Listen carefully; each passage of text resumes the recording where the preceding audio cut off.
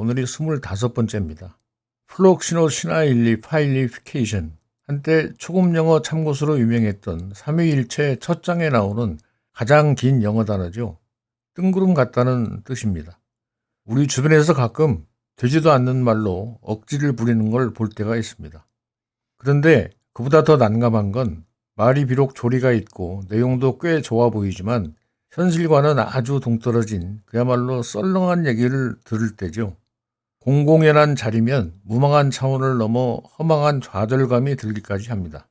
앞서 플록시노 단어가 그냥 길 뿐이지 아무데고 쓸데가 없는 장식용 단어인 것처럼 알맹이 실속은 전혀 없이 뜬구름 잡는 얘기를 해대면 듣는 입장에서 참 난감하고 피곤하죠. 그때 보통 이런 말을 합니다. 앉아서 탁상 공론만 하지 말고 가서 현장, 현실을 직접 보든지 아니면 직접 해보고 나서 그런 말을 하세요 라고 말이죠. 오늘은 이 탁상 공론과 뜻이 같은 성어로 글자대로 해석을 하면 종이나 책 위에서 병법을 논한다는 뜻의 성어 지상 담병 탐방에 나서 보겠습니다.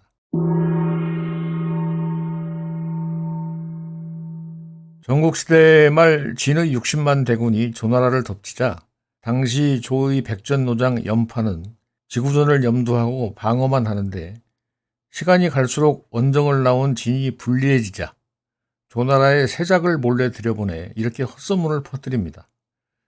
연파는 문제가 없는데 조나라가 만일 병법에 능통한 조과를 내보내면 진이 이길 승산이 없다. 여기 나오는 조괄은 당시 조나라 명장 조사의 아들로 자소시학 병법 엄병사 이천하망릉당, 어릴 적부터 병법을 익혀 말로는 그를 대적할 자가 없었다고 합니다. 적의 속셈을 알아차린 당시 조의 명재상이었던 인상여가 극구 말렸는데도 조왕은 끝내 연파 자리에 실전 경험이 전무한 조과를 임명하게 되죠. 이때 인상여만 조왕을 말린 게 아니고 그의 부친 조사는 그 전에 이미 병사지야 이과리언지, 전쟁은 죽고 사는 일인데 그 아이는 너무 쉽게 말하고 있다고 자식 문제를 지적한 적이 있고, 모친 또한 조왕을 찾아가서 아들을 존경하는 장졸 하나를 볼 수가 없고 허구한 날 집이나 땅 보러 다닌다고 보에 바쳤을 정도였다네요. 사기, 연파, 인상의 열전에 나오는 내용들입니다. 한편 전장에 나간 조괄은 전왕 전세를 제대로 익지도 못하고 군의 진세부터 바로 받고 정면 대결로 맞서다가 진의 매복 함정에 그만 걸려들어 기원전 260년경의 이른바 장평대전에서 참패를 당하고 자신도 화살에 맞아 죽습니다. 이때 포로로 잡힌 45만이나 되는 조나라 군사 대다수가 생매장됐다고 하죠. 그 후 30년 정도 더 버티지만 조는 결국 국력이 쇠해 망하고 맙니다. 조괄이 병법에 아무리 통달을 했어도 그건 책에 적힌 이론일 뿐 정작 실전에서는 전혀 먹혀들지가 않아 아무짝에도 쓸모가 없었던 것이었죠. 교주고술이라는 성어도 이 조와 진의 장평대전 고사에서 유래합니다. 검은고는 현을 바치는 기러기 발을 옮겨가면서 타야 하는데 악여로 이 기러기 발을 붙여둔다는 의미로 인상여 생각에 조괄이 실전에 나가면 임기응변이 될 리가 없어 거기다가 빗댄 것이죠. 융통성이 없어 오래석이 짝이 없다는 성어로 쓰입니다. 지상담병 성어의 장본인 조괄은 삼국지의 마속과 함께 지금도 중국 역사의 졸장, 패장의 대명사가 되어 있다고 합니다. 지상담병을 조괄병법이라고까지 비아냥된다는군요. 1597년 우리 정유재란 당시 7천량 해전에서 조선 수군을 말아먹다시피 한 원균을 두고 조괄도 저 정도는 아니었다고 했다는 얘기가 있습니다. 탁상 공론에 빠졌던 조괄은 바다 건너 조선에까지 오명을 뒤집어 쓴 셈입니다.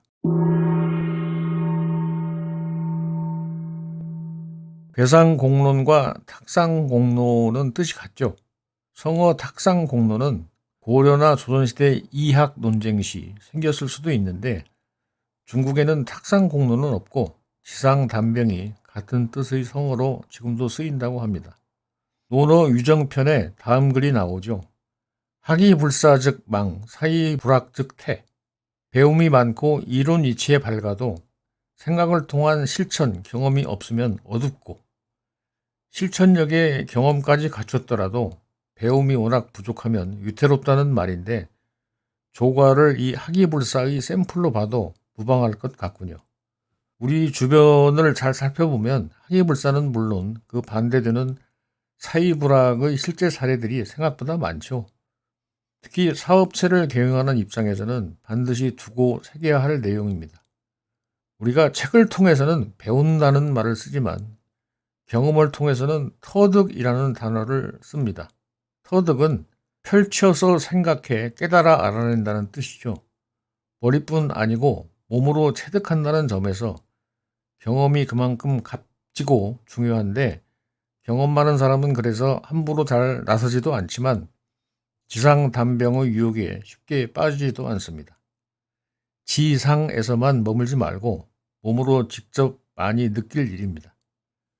대박이라는 단어가 옥스포드 사전에 실렸다는데 우리 문화 세계화라는 차원에서는 반가운 일입니다만, 글쎄요. 허장성세 허세가 조금은 담겼다고 볼 수 있는 지상담병 탐방을 하다 보니 과대포장 한탕주의 세태가 왠지 마음에 걸려 해본 말입니다. 다음 시간에 또 뵙겠습니다.